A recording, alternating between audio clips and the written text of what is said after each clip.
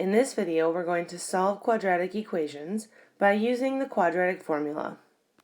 So we currently know 3 strategies for solving quadratic equations. 2 of them are called square roots and factoring. And there are situations where square roots and factoring don't work. So here we can see that square roots won't work as we can't get just one x alone where we can square root around it.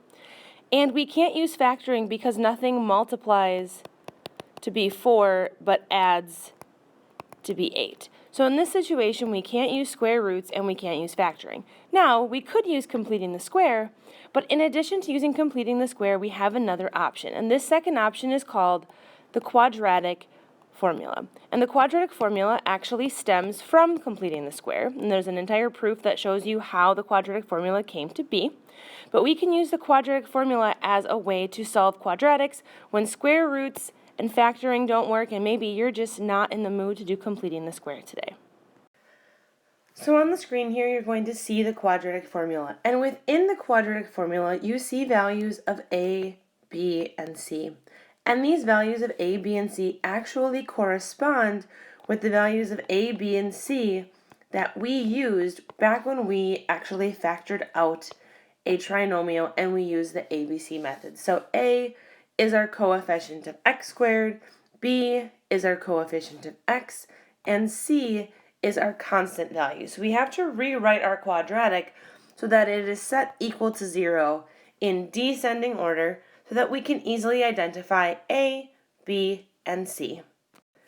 Now, this formula is commonly read as x equals, and then it says negative b. You can really call this opposite b, because it's going to have the opposite sign of b, but it's x is equal to negative b plus or minus the square root, so you can see that here, of b squared minus 4ac all over, or all divided by, you can see that there, 2 times a. So that's our quadratic formula. Now, if you want some help memorizing this, I would go to the YouTube video shown below. This has a song that goes to the tune of Pop Goes the Weasel.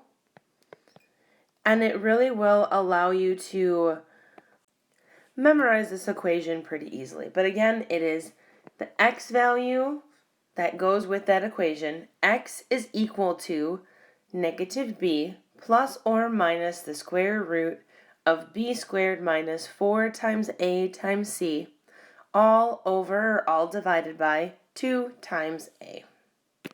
So let's dive in and use this equation to help us solve a quadratic. So here we can see we have a quadratic because we have a highest x term of x squared, so we have a degree of 2. And we can see that we already have this written in a way that we can easily use the quadratic formula. So we have 0 on one side of the equation, we have all of the terms grouped together on the other, and we have them in descending order. So I can see that my a value is equal to 3 because that's the coefficient of x squared. I can see that my b value is 5 because that's my coefficient of x. And I can then see that my constant value, my c value, is a negative 9. So I start off by identifying the a, b, and c values that go within this equation over here, the quadratic formula. Then from here, my next step is I want to then substitute all of these values into my equation. So I always say my first step is to substitute.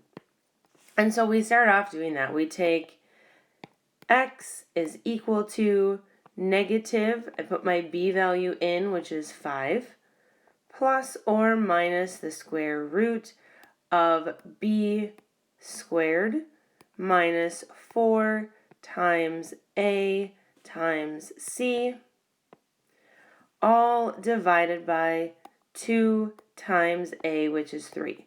Now, a couple of things you're going to notice here. First is that I utilize parentheses every time I substitute in a value. Second, I'm also going to go in and utilize keep, change underneath this square root with this subtraction, because that will prevent me from making any errors. So the first thing I do is I substitute all of the values for a, b, and c into my equation, which is the quadratic formula.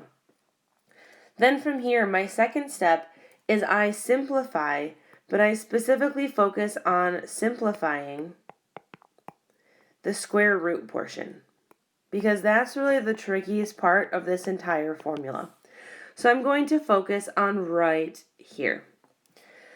So that portion right here, I'm just going to focus on simplifying. So here I have 5 squared, and then I have plus a negative 4 times 3 times negative 9. And here, using the order of operations, I would do the squared first, which is 25. Then I do plus, then I have negative 4 times 3, which is a negative 12. And negative 12 times negative 9 is 108. And those two items added together equal 133. So I simplify that piece underneath the square root. So now I'm just going to rewrite this as x is equal to negative 5 plus or minus the square root of 133 divided by 2 times 3 I can see, which is 6. Now from here, because we're in Algebra 2, we're going to focus on simplifying this square root if we can. So when I look at 133 and I start dividing it by the perfect squares that are less than 133, I find that 133 is already perfectly simplified. So what we're going to do here is we're now going to split this. So we did the substituting, we simplified the square root, and now we are going to split it with that plus or minus. So our first option for x is that x equals a negative 5 plus the square root of 133, all divided by 6. And the second option is that x equals a negative 5 minus the square root of 133, all divided by 6. So we have two options for x here. And when I look at these, I realize that negative 5 is not divisible by that 6, and there's no coefficient in front of the 133 that's divisible by 6. So we can actually leave the answer as written right here. All right, so example 2 here, you can see that this isn't quite set up to be ready to use the quadratic formula. So the first step we need to take is we need to rewrite this just like we did when we were factoring so that we can actually utilize the quadratic formula. So we need to add 13x to each side, and then we need to make sure that we write this entire equation on the left-hand side in descending order. So we're going to take 2x squared plus 13x, I'm going to do plus a negative 10, is equal to 0. So this is now rewritten into descending order. And now that we've got this rewritten and ready for the quadratic formula, we can start by finding our values for a, b, and c. So if we look at our equation, we find that the a value is equal to 2, the b value is equal to 13, and my c value is equal to negative 10. So our first step is to find a, b, and c. Then after this, we have our three s's, and our first is to substitute those values for a, b, and c into the quadratic formula. So we're going to substitute those values in there. So again, we're going to utilize this equation up here. So we have x is equal to a negative, using parentheses, b, plus or minus the square root of b squared minus 4 times a times c, which is negative 10, and then I'm going to use keep, change there, all divided by 2 times a, which is 2. So our first step here is to substitute. Then after this, we simplify, so our second s is we simplify the part underneath the square root. So here I'm going to focus on just this portion here. So I have 13 squared plus a negative 4 times 2 times a negative 10. So we start off with 13 squared, which is 169, plus I then have negative 4 times 2, which is negative 8, times a negative 10, which is 80. And we add those two values together, and we get a value of 249 underneath our square root. So now I can rewrite this as x is equal to negative 13 plus or minus the square root of 249, all divided by 4. Then again, we need to look and see if that perfect square is simplifiable, and in this case, the square root of 249 can't be simplified further, so we're not going to do anything additional with that. And then from here, we're going to take our third step, and we're going to split at this plus or minus. So we have x is equal to negative 13 plus the square root of 249 divided by 4. And then we have x is equal to negative 13 minus the square root of 249, all divided by 4. And again, we would look to simplify those fractions, but when I look, I notice that 13 is not divisible by 4. So there's really no way to simplify either of these answers further. And third and final example here. So again, we start off the quadratic formula by getting all of the terms together on one side of the equation. So we're going to add 7 to each side. And then from here, we want to make sure we write them in descending order. So we have 2x squared. Then I'm going to write plus, this is really a negative 1x, plus 7 is equal to 0. So I've written this in descending order with all of my terms on one side and 0 on another. And then in order to use the quadratic formula, I need to identify my values for a, b, and c. So I see a has a value of 2, b has a value of negative 1, and c has a value of 7. So from here, I'm going to go through and I'm going to substitute in those values for a, b, and c into the quadratic formula. So I have x is equal to a negative 1, so negative b, plus or minus the square root of b squared, which in this case is negative 1 in parentheses squared. Then I'm going to do plus a negative 4 times 2, which is a, times c, which is 7, all divided by 2 times a, which in this case is 2 times 2.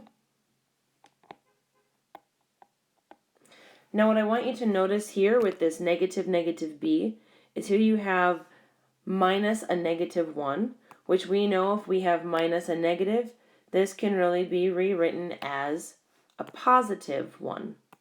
So kind of keep that in mind. Be on the lookout for those types of situations. So now that we've substituted, we're going to simplify that portion that is underneath the square root. So we're going to focus on this piece right here. So here I have negative 1 squared plus a negative 4 times 2 times 7.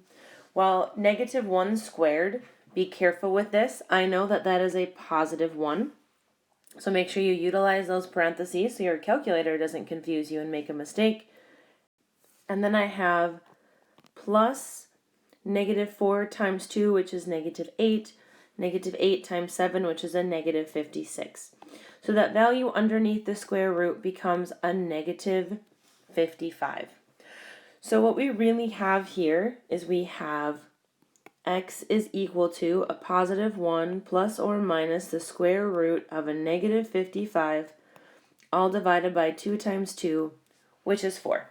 So now before I split this, I want to make sure that I simplify this square root. And what I notice here is that this square root has a negative underneath it. So even though 55 is not divisible by a perfect square, this can be simplified further because we really shouldn't leave a negative underneath that root. So this instead is going to become x equals 1 plus or minus, that becomes I times the square root of 55 all over 4. And now from here we can take that third step and we can split this up. So we have two answers here. We have x is equal to 1 plus I times the square root of 55 all divided by 4, and x is equal to 1 minus I times the square root of 55 all over 4. And again, because that 1 and the I aren't divisible by 4, that the answer stays as is because we cannot simplify it any further.